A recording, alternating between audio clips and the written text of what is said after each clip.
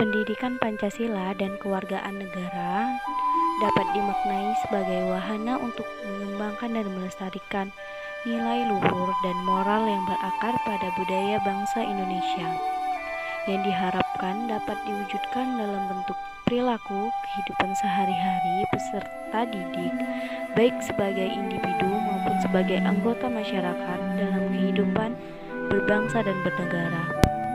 Pancasila merupakan landasan dari segala keputusan bangsa dan menjadi ideologi tetap pada bangsa yang mencerminkan keberadaan bangsa. Pancasila adalah jati diri bangsa Indonesia sebagai falsafah, ideologi, dan alat pemersatu bangsa. Pancasila merupakan pandangan hidup, dasar negara, dan pemersatu bangsa Indonesia yang menjemur. Tujuan pendidikan Pancasila adalah agar subjek didik memiliki moral yang sesuai dengan nilai Pancasila. Moralitas itu pun mampu terwujud dalam kehidupan sehari-hari menurut Undang-Undang Nomor 2 Tahun 1989. Perilaku moral adalah perilaku keimanan dan ketakwaan terhadap Tuhan Yang Maha Esa dalam masyarakat yang terdiri dari berbagai agama, perilaku kemanusiaan yang adil dan beradab, perilaku yang mendukung persatuan bangsa Indonesia.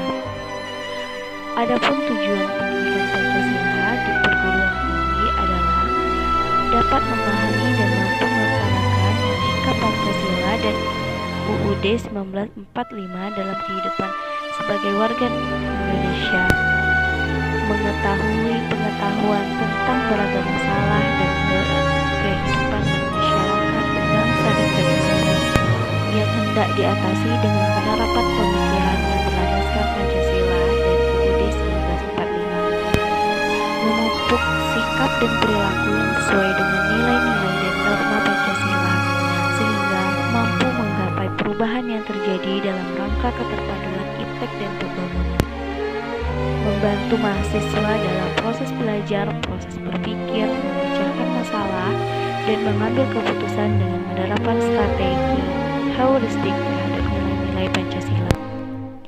Di era globalisasi ini, Pancasila menjadi salah satu tantangan bagi masyarakat Indonesia, terutama generasi milenial mengenai pendidikan moral, yang mana telah kita ketahui teknologi modern telah memungkinkan hanya komunikasi bebas lintas benua, lintas negara, menerobos berbagai pelosok perkampungan di pedesaan dan penyusupan hingga ke perkotaan melalui media audio dan audiovisual seperti televisi, internet, dan lain-lainnya. Fenomena modern yang terjadi di awal milenium ketiga ini populer dengan sebutan globalisasi.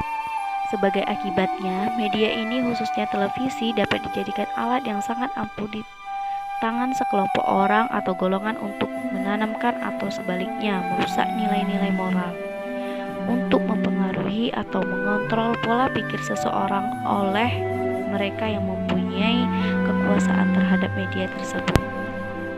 Persoalan sebenarnya terletak pada mereka yang menguasai komunikasi global tersebut memiliki perbedaan perspektif yang ekstrim dengan Islam dalam memberikan kriteria nilai-nilai moral antara nilai baik dan buruk, antara kebenaran sejati dan yang artifisial.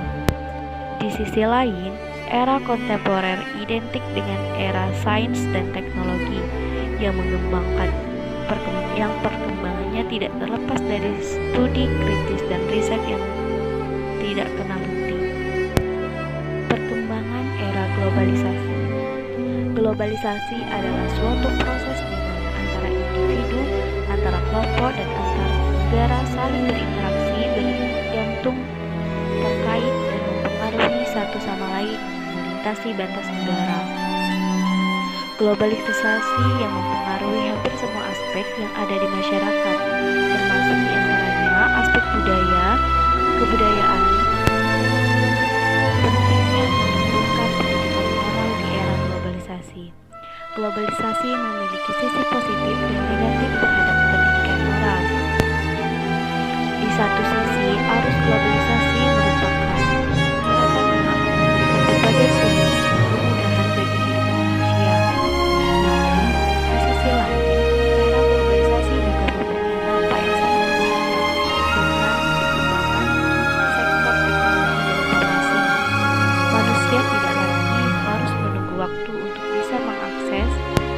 berbagai informasi dari seluruh belahan dunia, bahkan yang paling pelosok sekalipun. Kondisi ini menjadikan tidak adanya sekat serta batas yang mampu untuk menghalangi proses transformasi kebudayaan. John Naisbitt menyebutkan kondisi seperti ini sebagai gaya hidup global yang ditandai dengan bergaulnya budaya antar bangsa seperti terbangunnya tata cara hidup yang hampir sama, kegemaran yang sama, serta kecenderungan yang sama pula, baik dalam hal makanan, pakaian, hiburan, dan setiap aspek kehidupan manusia lainnya. Kenyataan semacam ini akan membawa implikasi pada hilangnya kepribadian asli serta terpoles oleh budaya yang cenderung lebih kuasa. Dalam konteks ini, kebudayaan Barat yang telah melangkah jauh dalam bidang industri serta teknologi informasi menjadi salah satu pilihan sebagai standar modernisasi yang akan diikuti dan dijadikan kiblat oleh setiap individu.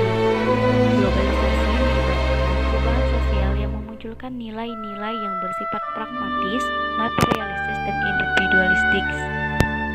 Dalam konteks Negara Kesatuan Republik Indonesia, runtuhnya nilai moralitas serta norma agama di kalangan masyarakat dan para pemimpin bangsa sebenarnya sangat pantas untuk dalam upaya menemukan solusi bagi penyelesaian krisis multidimensional yang ada. Ketidakmampuan bangsa ini bangkit dari keterpurukan lebih diakibatkan oleh kurangnya kebersamaan serta saling menang dan meraih kemenangan sendiri di antara setiap elemen bangsa dari masing-masing individu serta kelompok akan kemaslahatan bersamalah yang akan menjadi solusi paling tepat bagi upaya penyelesaian dan agama menjadi sangat mutlak bagi terbangunnya tata kehidupan masyarakat yang damai, adil, global yang semakin transparan dan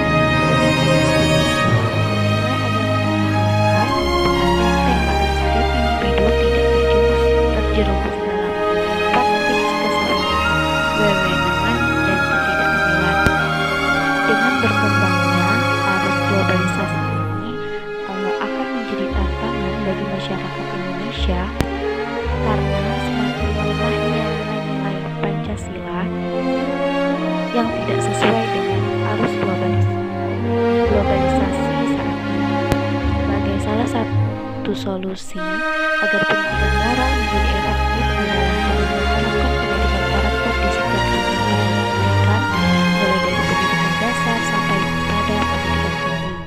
Pendidikan karakter adalah suatu sistem penanaman nilai-nilai karakter kepada warga sekolah yang meliputi konsumen pengetahuan, kesadaran dan kemauan dan keinginan untuk melaksanakan nilai-nilai tersebut baik terhadap Tuhan Yang Maha Esa, diri sendiri, sesama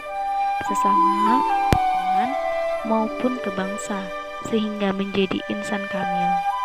Dengan penerapan pendidikan karakter, maka karakter dari peserta didik akan terbentuk sejak mereka berada di bangku sekolah dasar, kemudian dilanjutkan pada sekolah menengah dan perguruan tinggi. Dengan terbentuknya karakter tersebut, maka akan menjadi perisai atau kontrol dalam diri seseorang, sehingga akan mengendalikan perilaku orang tersebut. Intinya adalah, jika karakter sudah terbentuk, maka akan sulit untuk mengubah karakter tersebut. Dengan menanamkan nilai-nilai kebaikan dalam setiap proses pendidikan akan membantu proses pembentukan karakter dari peserta didik yang bermoral dan bermartabat. Dengan terbentuknya karakter tersebut, maka karakter tersebut akan sulit hilang, sehingga akan menjadi watak perilaku seseorang dalam menjalani masa yang akan datang. Penerapan pendidikan karakter dalam sistem kurikulum pendidikan dapat dilaksanakan dengan cara menyisipkan nilai-nilai norma di setiap proses belajar mengajar, membentuk kelas motivasi